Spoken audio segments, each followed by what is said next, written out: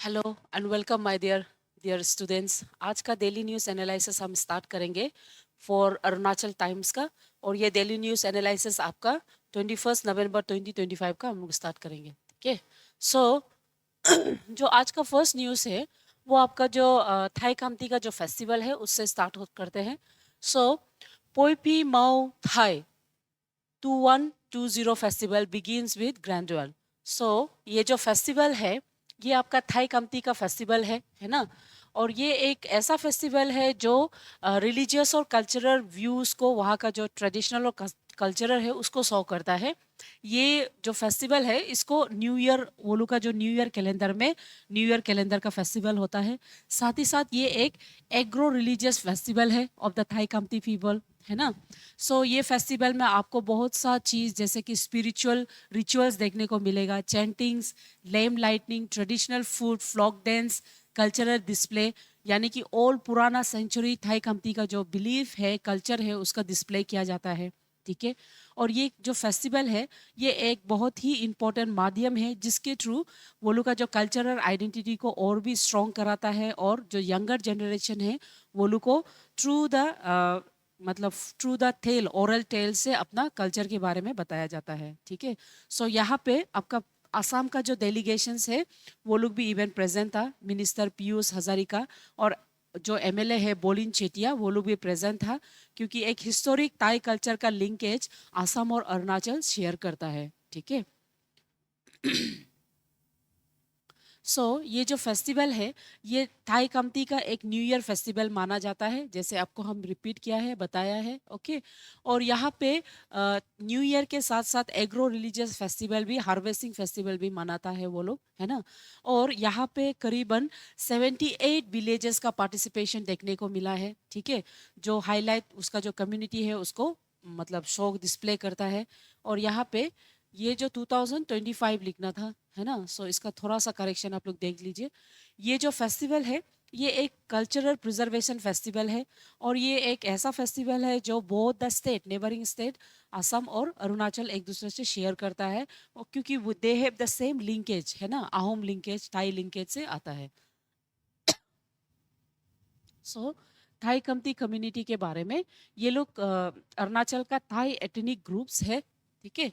They are Thai ethnic groups जो कि ज़्यादातर Namsai district of Arunachal Pradesh and parts of the Assam में रिसाइड करता है।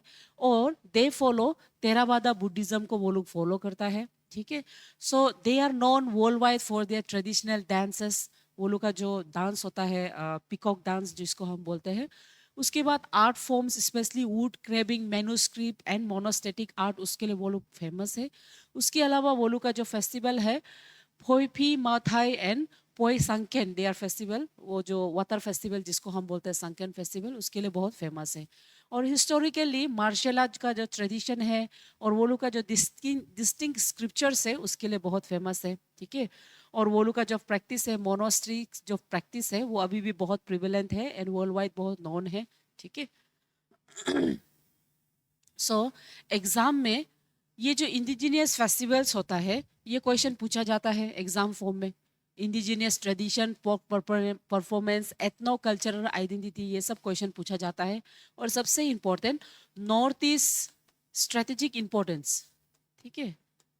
Strategic importance, strategic importance of north east from the South Asia या तो साउथ ईस्ट एशिया का पर्सपेक्टिव से, South Asia nation, South Asia nation as well as South east Asia nation का perspective से पूछा जाता है।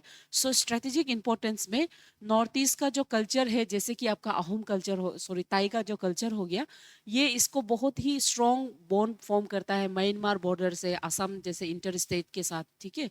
स्ट्रेटेजिक इंपॉर्टेंस में, इंटर स्टेट कल्चरल रिलेशनशिप में, साथ ही साथ आपका जो जो आउटर जो नेशंस है, दूसरा नेशन के साथ भी जो बॉर्डर मतलब जो लिंगेज होता है, कल्चरल लिनिएज को जो वो रिलेशनशिप को मेंटेन करता है, उसके बारे में देखा सकता है। ठीक है। Strategic importance of north east में आप ये जो कल्चरल प्रोग्राम है, जैसे कि आपका थाई कम्ती का कल्चर हो गया, है ना, पंगसुई फेस्टिवल्स हो गया, ये सब आप हम लोग उसको एग्जाम्पल के फॉर्म में लिख सकते हैं। ठीक है। उसके बाद eastern theory calls for reclaiming indigenous narratives होगा। सो रिसेंटली आपका रोनो हिल्स राजीव गांधी में जो लिटरेचर का जो प्रोग्राम रखा गया था, है ना, तो वहाँ में एक renowned poet and writer doctor Easterine Kire, he has call upon the importance of reclaiming our indigenous stories and indigenous literature. ठीक है, सो उसने एक बहुत ही रिनाउंड नागा ऑथर है आपका एस्टेरिन खेरी। सो वहाँ में जितना भी नॉर्थ ईस्ट का स्टूडेंट है और स्पेशली आरजू का, उसको importance of reclaiming their own cultural narratives वो बताए। Our culture and our traditions, they are our identity mark, है ना, कल्चर हम लोग का आइडेंटिटी मार्क रहता है। सो उन्होंने कहा है कि हम लोग का जो कल्चर ट्रेडिशन और जो हम लोग का बिलीफ है, इसमें कोई रिटर्न रिकॉर्ड्स पाया नहीं गया था ट्राइबल्स का, हमेशा एक ओरल टेल में ही पास होता है from one generation to another. So उन्होंने ओरल कल्चर और ट्राइबल नॉलेज के बारे में उन्होंने बताया है, और वो बताया कि कैसे ये मॉडर्नाइजेशन वर्ल्ड में विदाउट एनी अल्टरेशन या तो डाइल्यूशन हमको अपना जो रिलीजन सॉरी अपना जो ओरल ट्रेडिशन और कल्चर है उसको प्रिजर्व करना है। ठीक है, सो स्टेरिन क्री के बारे में, ये बहुत ही लीडिंग राइटर फ्रॉम नागालैंड है ना, one of the most influential literature voice of the north east माना जाता है। ठीक है, और उसके साथ साथ मॉडर्न नागा लिटरेचर के लिए in English she is famous for that, और उसको साहित्य अकादमी 2017 में पाया गया था for the book son of the thunder cloud के लिए। ठीक है, उसके अलावा वो बहुत सा ट्राइबल फ्लॉक टेल्स के बारे में बताया जाता है, लिखता है ना, oral history, Naga cosmology, community life, सब कुछ socio political context of the Naga, उसके बारे में वो लिखता है और उसको प्रोमो करता है। ठीक है, सो उसका जो ये जो वर्क होता है ट्रेडिशनल और ट्राइबल के साथ में, यहाँ में बहुत सा डिफ़िकल्टी ये होता है कि बिकॉज आवर जो जनरेशन है उसको इतना अपना ट्रेडिशन कल्चर के बारे में मालूम नहीं होता है। सो एक्चुअल स्टोरी क्या होगा, उसको किस तरह से प्रिजर्व करना है, ये भी बहुत बड़ा चैलेंजेस होता है। और साथ ही साथ एक चैलेंजेस, स्टेरियोटाइप चैलेंजेस जो नॉर्थ ईस्ट के साथ है, उसके बारे में भी उन्होंने एम्फेसाइज किया है and need for those changes के बारे में उन्होंने बताया है। ठीक है, सो एग्जाम का पॉइंट में आपका ट्राइबल सोसाइटी ओरल ट्रेडिशन क्या है ना, और ओरल ट्रेडिशन का जो पर्सपेक्टिव है in the present world, in the present globalisation, ये क्वेश्चन आपको पूछा जा सकता है। ठीक है, oral tradition from the perspective of globalisation, ये एक इंपॉर्टेंट क्वेश्चन बनता है। ओके, कि किस तरह से एक ओरल ट्रेडिशन को आप मेंटेन कर सके। उसके अलावा आपका stereotyping of the tribal communities, ये नॉर्थ ईस्ट का पर्सपेक्टिव में एपीपीएससी लुक में स्टेट सिविल सर्विस में पूछा जा सकता है। और उसके अलावा प्रिजर्वेशन ऑफ ओरल हेरिटेज कैसे कर सकता है ना, और role of the indigenous scholars in the culture safeguarding, ये सब क्वेश्चन पूछ सकता है। ठीक है, सो ये मतलब एक डाइवर्सिफाइड कल्चर आइडेंटिटी के अंदर में आ जाता है, और ये लोग बहुत इंपॉर्टेंट टॉपिक्स रहता है जीएस पेपर 1, 2 और 3 में भी। Okay, next, Chief Minister assures of support for revitalizing of cooperative movements. So our Chief Minister Pema Kandu, he has made a commitment and he has promised कि ये जो cooperative sectors होता है उसको फिर से फिर से दोबारा फिर से री इस्टेब्लिश करेगा और उसमें बहुत सा चेंजेस लाएगा, ताकि वो जाके एक ग्रासरूट लेवल में प्रॉपर गवर्नेंस डाल सके। ठीक है, सो गवर्नमेंट उसका अपना 27 डिस्ट्रिक्ट का जो टूर वो रखा था आपका सरकार आपके द्वार के थ्रू, उसमें बहुत सा कोऑपरेटिव असेसमेंट है ना, rural development, self employment, financial inclusion and local economic empowerment उसका मेन ऑब्जेक्टिव रहा है थ्रू दिस मिशन। और वो आपका जितना भी कोऑपरेटिव सेक्टर्स है उसको और भी डेवलप करने का उन्होंने प्रॉमिस रखा है। ठीक है, सो कोऑपरेटिव फेडरलिज्म यहाँ देखने को मिलता है, जहाँ में एक यूनियन और स्टेट दोनों मिल के फॉर द डेवलपमेंट के लिए काम करता है। ठीक है, उसके अलावा यहाँ में coordination, shared governments and joint decision making देखने को मिलता है। ठीक है, उसके बाद GST council, inter state council, NITI Aayog and centrally sponsor scheme के बारे में आपको और भी जानकारी लेना है। ओके, उसके अलावा फार्मर प्रोड्यूसर ऑर्गेनाइजेशन, ये एक कलेक्टिव ग्रुप ऑफ फार्मर्स है, ये किस तरह से एक प्रेशर ग्रुप बन सकता है, प्रेशर ग्रुप। ठीक है, pressure group in economic growth, economic growth as well as आपका सोशल ग्रोथ। ये जो क्वेश्चन है ये आपका जीएस का जो जीएस पेपर 2 है वहाँ पे ये क्वेश्चन को पूछा जाता है। Farmers as a farmer production organisation as a collective group of farmers as a pressure group, ये इंपॉर्टेंट टॉपिक होता है एग्जाम में। ठीक है, तो आपको उस तरह से देखना होगा।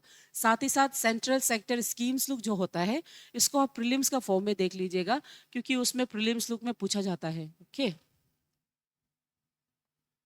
उसके अलावा आपका रूरल क्रेडिट स्ट्रक्चर में क्या होता है, किस टाइप का 3 टायर स्ट्रक्चर्स आपको देखने को मिलता है ना। जैसे स्टेट कोऑपरेटिव बैंक्स, वो लोग का रोल क्या है, ठीक है, कब स्टैब्लिश हुआ है, ये आपको एग्जाम में पढ़ना होगा। डिस्ट्रिक्ट सेंट्रल कोऑपरेटिव बैंक्स लोग जो अरुणाचल में है, कब स्टैब्लिश हुआ है, वो सब देखना है। प्राइमरी एग्रीकल्चर क्रेडिट सोसाइटी जो अरुणाचल में नाबार्ड का जो स्टैब्लिशमेंट हुआ है, उसके बारे में आपको पढ़ना है। ठीक है,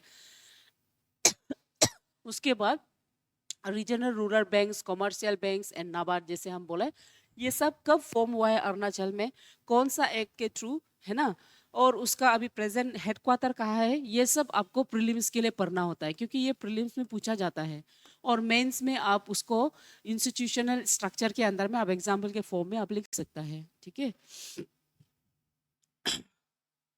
एग्जाम में जैसे हम आपको बताया, ये जीएस पेपर 3 का इंपॉर्टेंट पार्ट है, जहाँ में फाइनेंशियल इंक्लूसिव बनाने के लिए आपको डेवलपमेंट का जो स्ट्रक्चर्स है उसके बारे में आपको पूछ सकता है। ठीक है, तो आपको उसको पढ़ना होगा। ठीक है, next, modernisation of inland waterways to strengthen export routes to the Bangladesh south east Asia nations, Sonowal.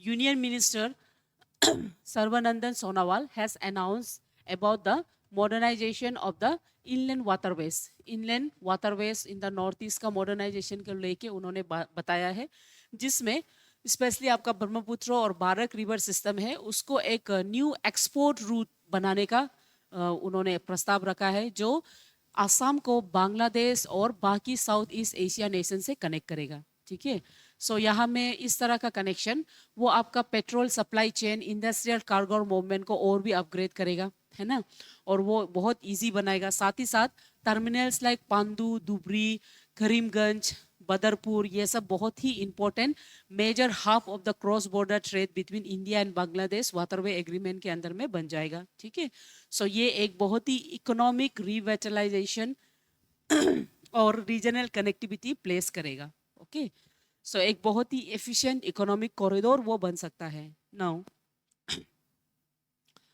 ये जो इंग्लैंड वाटरवेज जो होता है, ये एग्जाम में बहुत इंपॉर्टेंट होता है। ठीक है, तो उसके बारे में पहले और थोड़ा सा हम देख लेगा। इंग्लैंड वाटरवेज ये बहुत ही कॉस्ट इफेक्टिव ट्रांसपोर्ट मोड होता है, ये बहुत चीपर और फ्यूल इफिशिएंसी होता है। उसके अलावा ये environmental friendly, low carbon emission होता है ना। और इंडिया में नेशनल हाईवेज जो वाटरवेज है, 111 नेशनल वाटरवेज है, उसमें से नॉर्थ ईस्ट रीजन में आपका गुवाहाटी में बोलने से नेशनल वाटरवेज गंगा भी आपका नॉर्थ ईस्ट साइड को टच करता है, नेशनल वाटरवेज ब्रह्मपुत्र, है ना, एंड नेशनल वाटरवेज 16 जो बारक रिवर सिस्टम से आता है। ठीक है, ये एक ट्रेड एंड कनेक्टिविटी के लिए होल नॉर्थ ईस्ट को साउथ ईस्ट नेशन से कनेक्ट करेगा, as well as other neighbouring state से। ठीक है,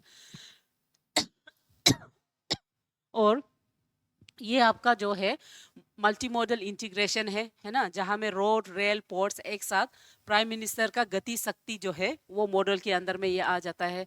ठीक है, और ये बहुत ही स्ट्रेटेजिक इंपॉर्टेंस बन जाता है नॉर्थ ईस्ट के लिए स्पेशली। नाउ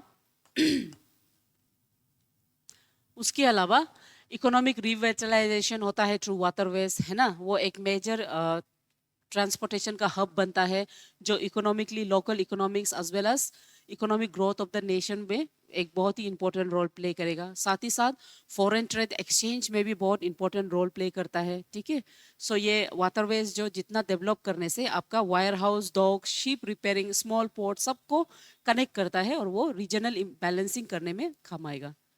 ओके, एग्जाम के लिए याद रखो, एग्जाम में इनलैंड वाटरवेज का जो कनेक्शन है, ये question, inland waterways,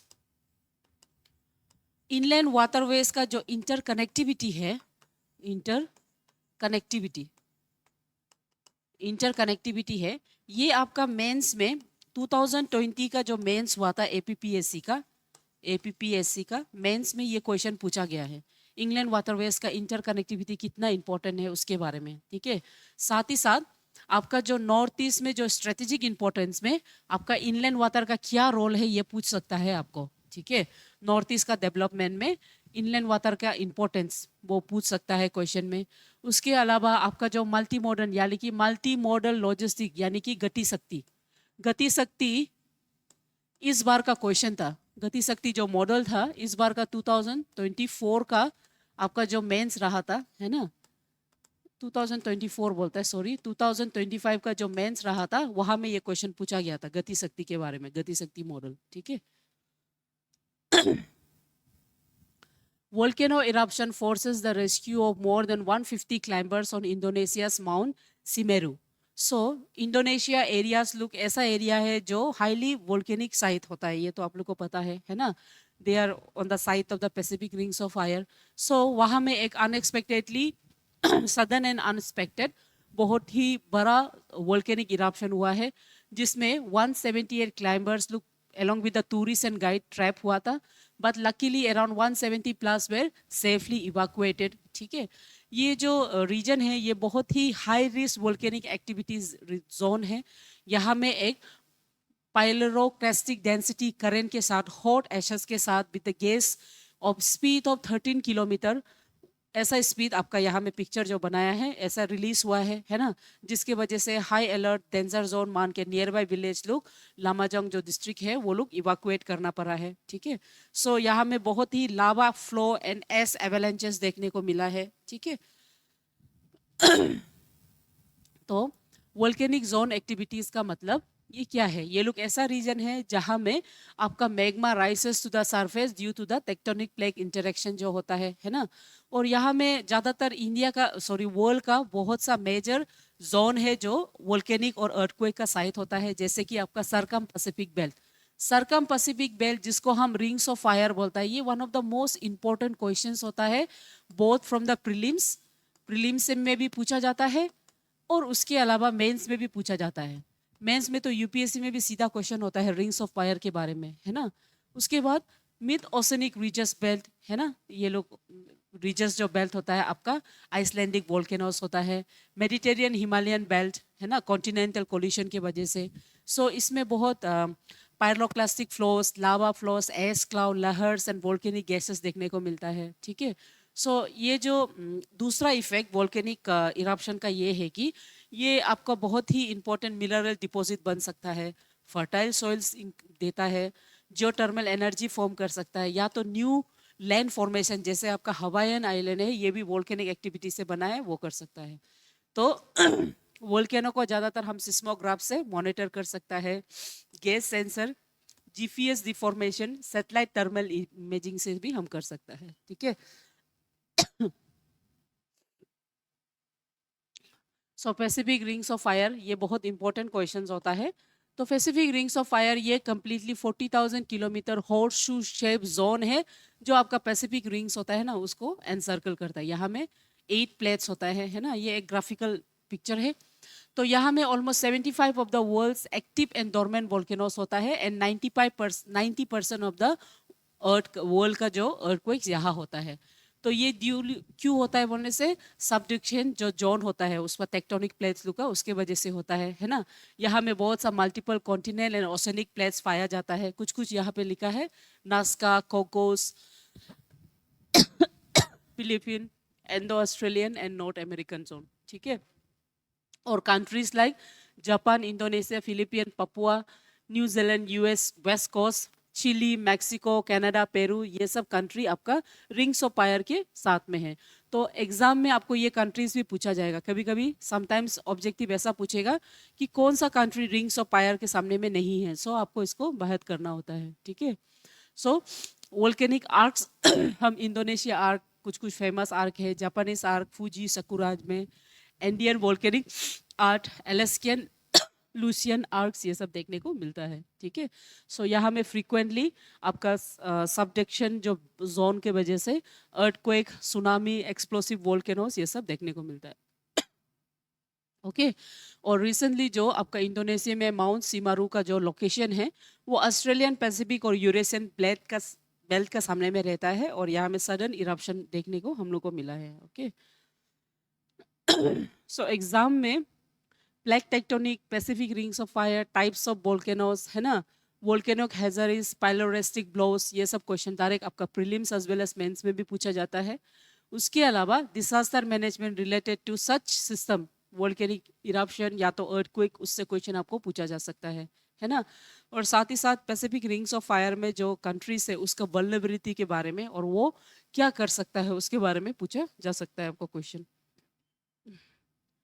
power lifters haul medals in national bench press, deadlift and power lifting championship. So ये आपका स्पोर्ट्स का सेक्शन है। तो स्पोर्ट्स में अरुणाचल प्रदेश करीब 40 मेडल्स 40 मेडल्स जिसमें 32 गोल्ड, 7 सिल्वर एंड 1 ब्रॉन्ज आपका national brand national bench press deadlift power lifting championship में अरुणाचल जो ये मेडल हासिल किया है। ठीक है, सो यहाँ में आपका जूनियर, सीनियर, जूनियर, सब जूनियर कैटेगरीज है और ये एक बहुत ही ब्रॉड बेस्ड टैलेंट डेवलपमेंट को शो कर रहा है ना। और स्ट्रॉन्ग मैन, स्ट्रॉन्ग वोमेन, इस तरह से टाइटल जो वो लोग हासिल किया है। ठीक है, सो ये सब अचीवमेंट आपका जो स्टेट्स स्पोर्ट एसोसिएशन उसके ऊपर में बहुत ही गुड इम्पैक्ट देता है।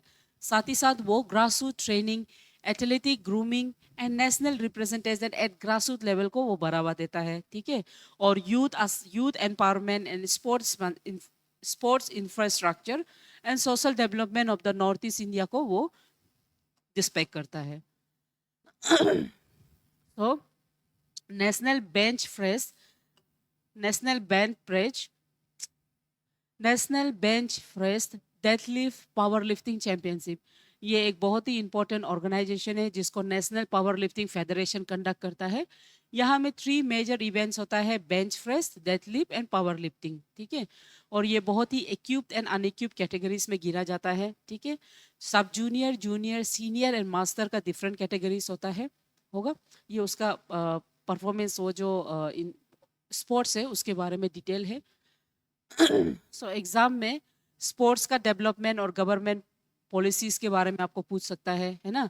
स्टेट लेड जो स्पोर्ट्स प्रमोशन, गवर्नमेंट का क्या क्या इनिशिएटिव है ये पूछ सकता है। ठीक है, और सिविल सोसाइटी का क्या रोल होता है स्पोर्ट्स को डेवलपमेंट कराना, किस तरह से नॉर्थ ईस्ट में जैसे अपराइजिंग नेशनल मतलब बहुत सा डेवलपमेंट, बहुत सा मेडल पाया जा रहा है स्पोर्ट्स पर्सन, तो नॉर्थ ईस्ट को लेके नॉर्थ ईस्ट का स्टेटस के बारे में पूछ सकता है, क्या डेवलपमेंट किया जा सकता है, क्या इंफ्रास्ट्रक्चर कर सकता है। दूसरा, स्पोर्ट्स किस तरह से एक कम्युनिटी हार्मनी बनता है between different states as well as nations के साथ। ठीक है, और सबसे इम्पोर्टेंट वोमेन का role in empowering in sports के बारे में आपको क्वेश्चन पूछ सकता है।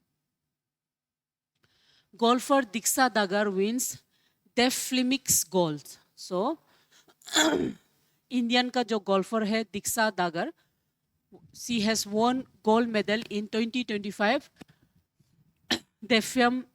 डेफलम ओलंपिक्स जो हुआ है आपका टोक्यो में। ठीक है, सो ये जो फर्स्ट एवर अचीवमेंट और ग्लोबल रिकग्नाइजेशन है और वो इम्पेयर्ड है, हियरिंग में इम्पेयर्ड है, फिजिकली थोड़ा इम्पेयर्ड में चैलेंज है।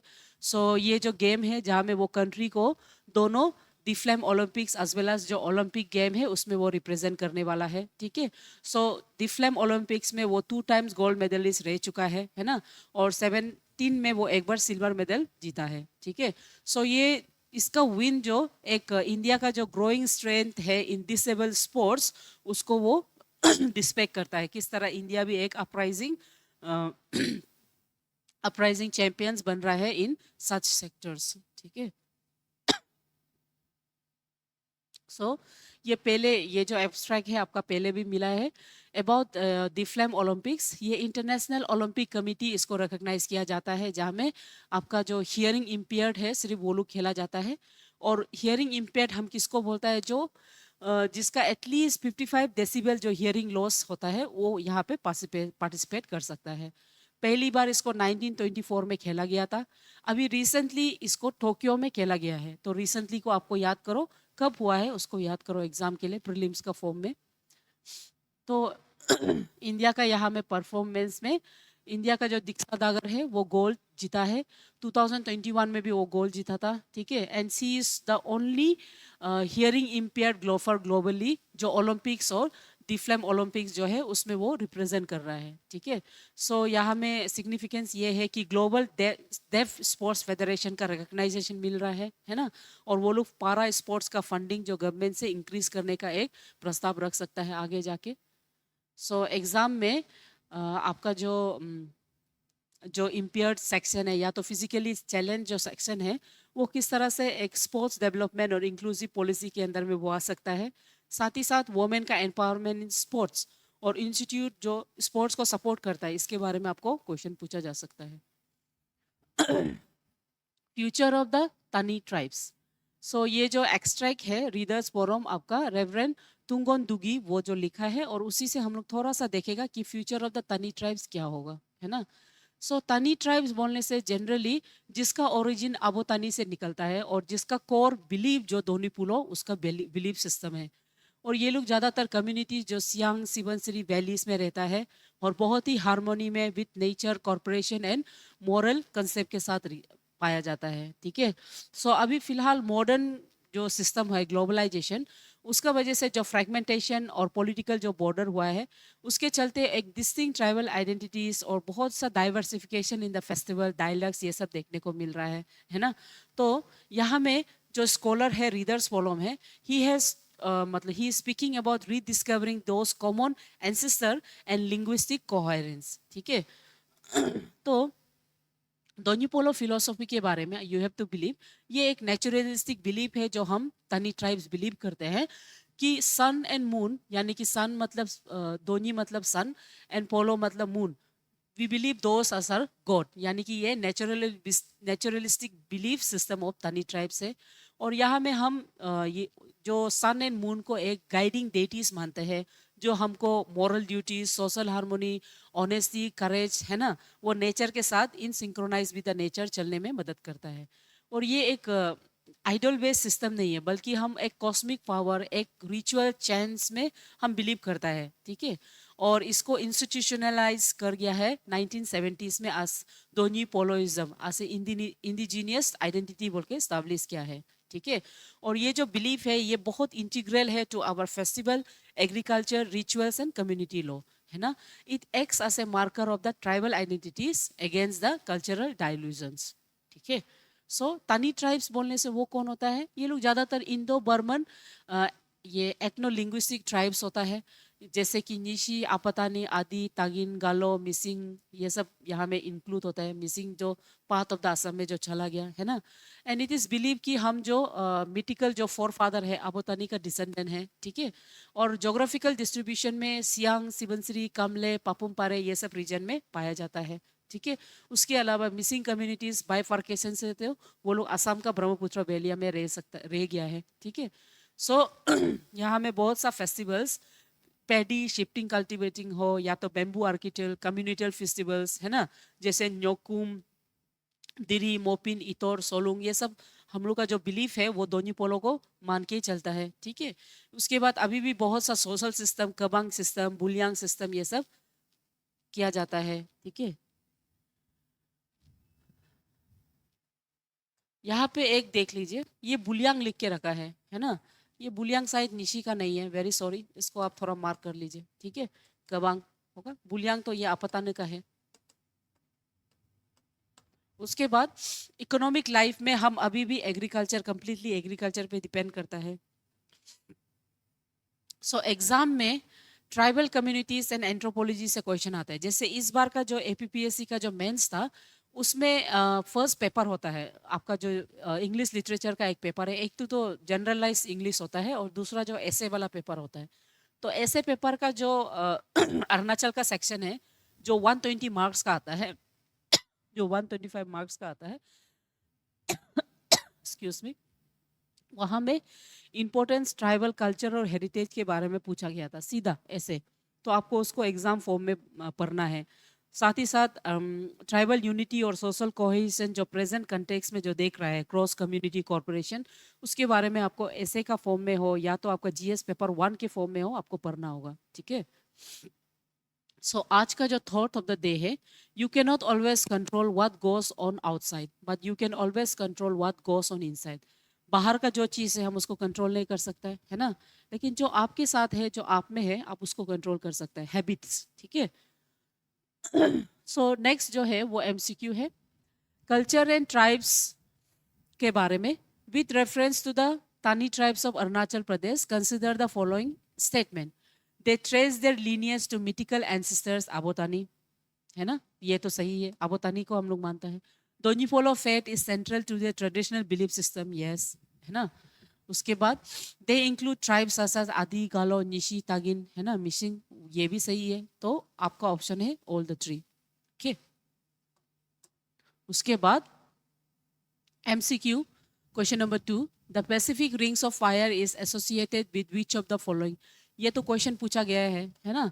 ये ज्यादातर आपका क्या है, कन्वर्जन एंड डाइवर्जन प्लेट्स, सब दक्षिण प्लेट्स लुक होता है इसमें। इसमें बहुत high frequency of earthquake and volcanic eruption होता है ना। और presence of major hotspot Hawaiian hotspot ये बोला है, तो हॉटस्पॉट जो आउटसाइड हवाईन का उस साइड में रहता है, तो आपका ऑप्शन होता है ए, सिर्फ ये दोनों सही है, ठीक है। उसके बाद क्वेश्चन नंबर 2, ये इकोनॉमिक का सेक्शन से, consider the following regarding farmer producer organisation. Farmer producer organisation number 1 are registered entity of small farmers aimed at improving market lineage and bargaining and collective bargaining, ठीक है। सो इसमें कौन सा है ये सही है। उसका बाद दूसरा है नाबार्ड एंड आपका जो ये जो मार्केट है are key institute supporting farmer producer organisation in India, है ना। कौन सा करेक्ट है, ये सही है, नाबार्ड तो उसी के लिए सपोर्ट करता है। और ये जो रजिस्टर्ड एंटिटीज नहीं है, ठीक है, ये रजिस्टर्ड एंटिटीज नहीं है, ये लोग हम लोग प्रेशर ग्रुप बोलता है लेकिन रजिस्टर्ड नहीं है। उसके बाद farmers production organisation are governed under article 263 of the constitution. तो ये जो 263 ऐसा आर्टिकल नहीं है, ये लोग में कोई पर्टिकुलर ऐसे कॉन्स्टिट्यूशन आर्टिकल नहीं दिया है। सो करेक्ट बोलने से सिर्फ एक ही है, ओनली 2। उसके बाद question 4, which of the following are advantages of developing inland waterways in India. होगा इनलैंड वाटरवेज होने से क्या हो सकता है, सबसे पहले low cost of freight transportation compare to road transport, ये तो सही है। Reduce carbon emission and fuel commercial, ये भी सही है। Potential to improve rural connectivity and economic revitalisation, ये भी सही है, ठीक है। सो 1 2 3 ये ओके। उसके बाद question number 5, with reference to international sports event, consider the following statement. following statement को देखो, the Deaf Olympics 2025 is an international multi-sport event exclusively for the athletes with hearing disability. सही है ना। Powerlifting, bench press and deadlift championship in India are recognized by the Ministry of Youth and Affairs, ये भी सही है, recognize है। India has never hosted any international, ये गलत है। इंडिया तो होस्ट किया है, बहुत होस्ट किया है, पारा ओलंपिक्स को भी किया है, ठीक है। तो आंसर हो जाता है 1 और 2 बोलने से ये होगा।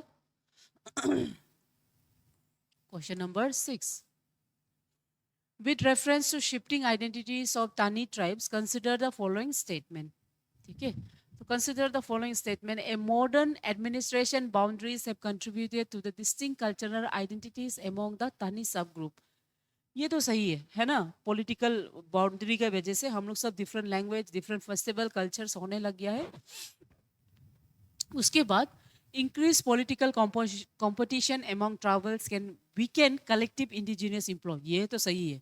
एक्सेसिव पॉलिटिकलाइजेशन हम लोग का जो बॉन्ड है एक दूसरे के प्रति उसको तोड़ सकता है। Cross community culture exchange among Tani groups are declining due to modernisation, ये नहीं है, ये तो बल्कि अभी और भी इंक्रीज हो गया है ना। सो ऑप्शन हो जाता है 1 और 2 बोलने से ये। उसके बाद in the context of Donyi Polo belief system which of the following is correct. It is based on sun moon worship and emphasise harmony, community, corporation and moral reciprocity. It is a monotheistic borrowed from the no, question number 1 ही है, ठीक है ना। ये तो एक sun and moon worship believe है, ठीक है, जो एक हार्मनी, कम्युनिटी, कॉर्पोरेशन देता है, ये तिब्बतियन से बोरो नहीं है। और नहीं, हम लोग नेचुरल एलिमेंट में बिलीव करते हैं। यहाँ में नो लिखा है, ये गलत हो गया। फॉरेन से नहीं, ठीक है। सो ऑप्शन ये है। Question number 8, which of the following religion of India is most influence which of the region of India is most influenced by plate tectonic activity similar to Pacific rings of fire, है ना। तो इसमें तो आपको direct आप देखते ही मालूम चल जाएगा। पैसिफिक रिंग्स ऑफ फायर के जैसे बहुत इन्फ्लुएंसेस इंडिया में कहाँ है, तो वो आपका अंडमान एंड निकोबार आइलैंड है, ठीक है, जो इंडो म्यांमार सबडक्शन जोन के अंदर में रहता है। ओके, उसके बाद लास्ट क्वेश्चन है, with reference to enhancing farmer income, consider the following. पहला, credit access through Kisan credit card improves liquidity for the small farmers. यहाँ में क्वेश्चन क्या है, कौन सा सही है? अच्छा, which of them is correct? So यहाँ में सबसे पहले क्रेडिट एक्सेस नहीं, ये लिक्विडिटी को कैसे इंक्रीज करेगा, है ना। ये तो फार्मर्स लोग के लिए लोन फॉर्म में देता है। Collective marketing by farmers production organisation reduce dependence on intermediates, yes, इसीलिए फार्मर्स लोगों को डाला गया था, ये सही है। Land consolidation is mandatory not mandatory, ठीक है। सो आपका ऑप्शन एक ही करेक्ट है, तब तो बी होगा, ठीक है। सो नेक्स्ट इज, इतना ही 9 MCQs हम लोग बन पाया है आज का। सो आई होप आपको आज का न्यूज़ समझ में आया है। कुछ भी क्वेरीज है, गिवन नंबर है, आप वहाँ पे कॉल कर सकता है, ठीक है। Thank you.